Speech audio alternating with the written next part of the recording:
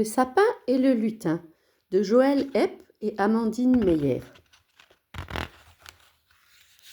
Il y a de cela très longtemps, au premier jour du grand jardin, notre père et mère à tous, s'y promenant, nos mères du plus petit jusqu'au plus grand de ses habitants.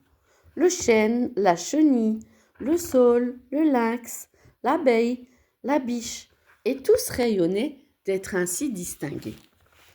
Un arbre, vert foncé, le tronc bien droit, attendait avec impatience son nom nouveau-né.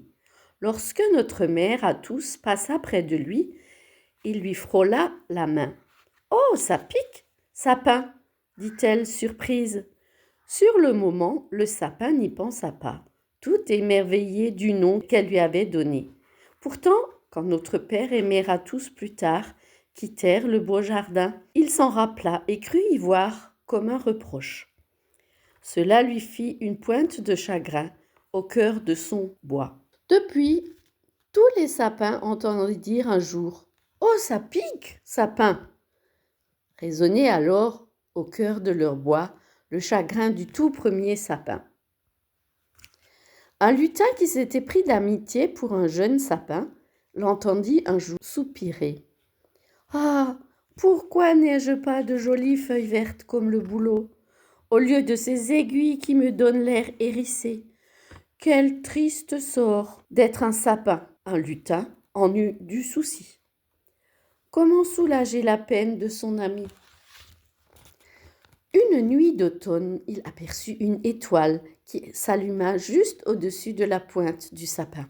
« Oh, belle étoile, toi qui scintilles si près de nous, ne peux-tu faire quelque chose pour mon ami sapin?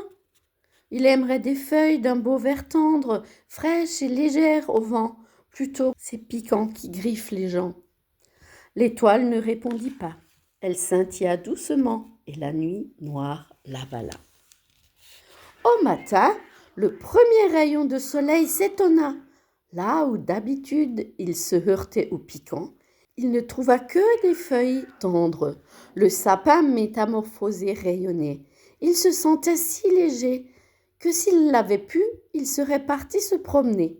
Mais quelques jours plus tard, 2 chèvres affamées aperçurent la belle parure du sapin.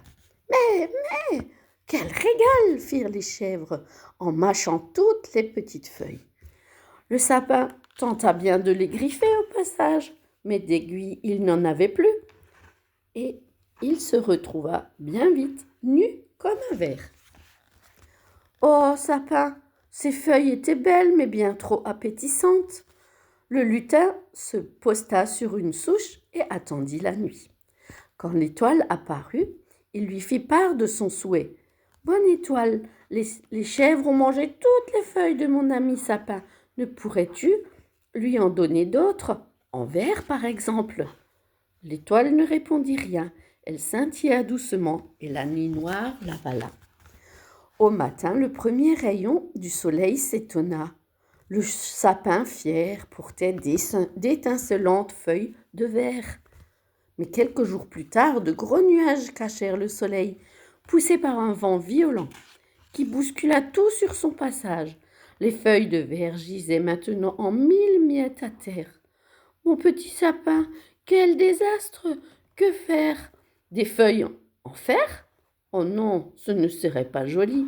En argent alors? Oh non, ce serait bien plus joli en or. »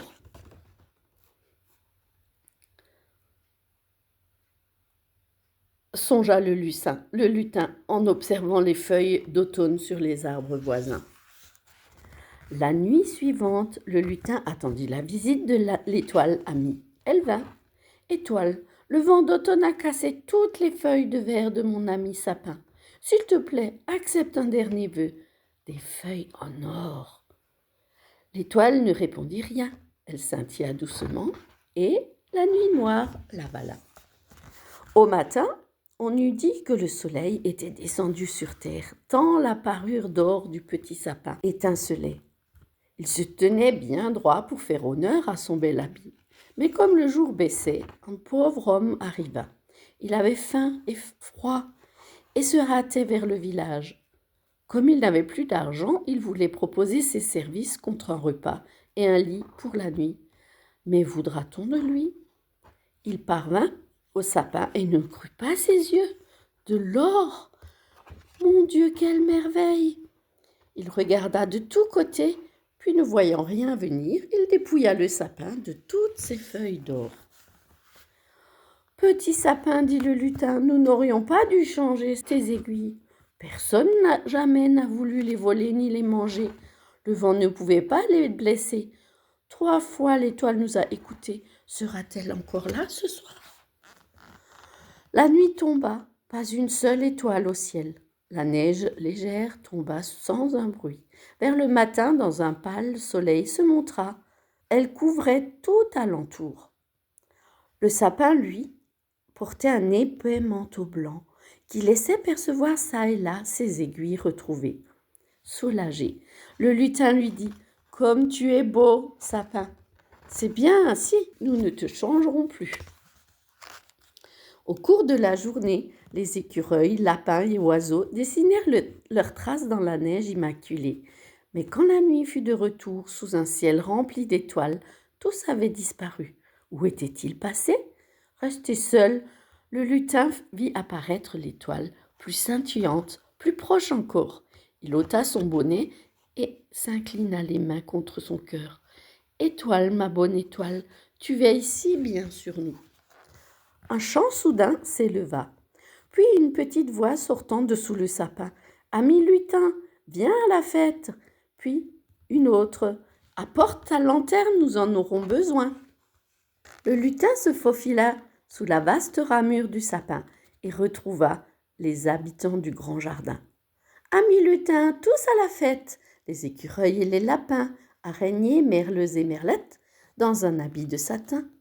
Les escargots ne font plus la tête, à l'abri sous le sapin, fruits, champignons et noisettes, et des chansons jusqu'au matin.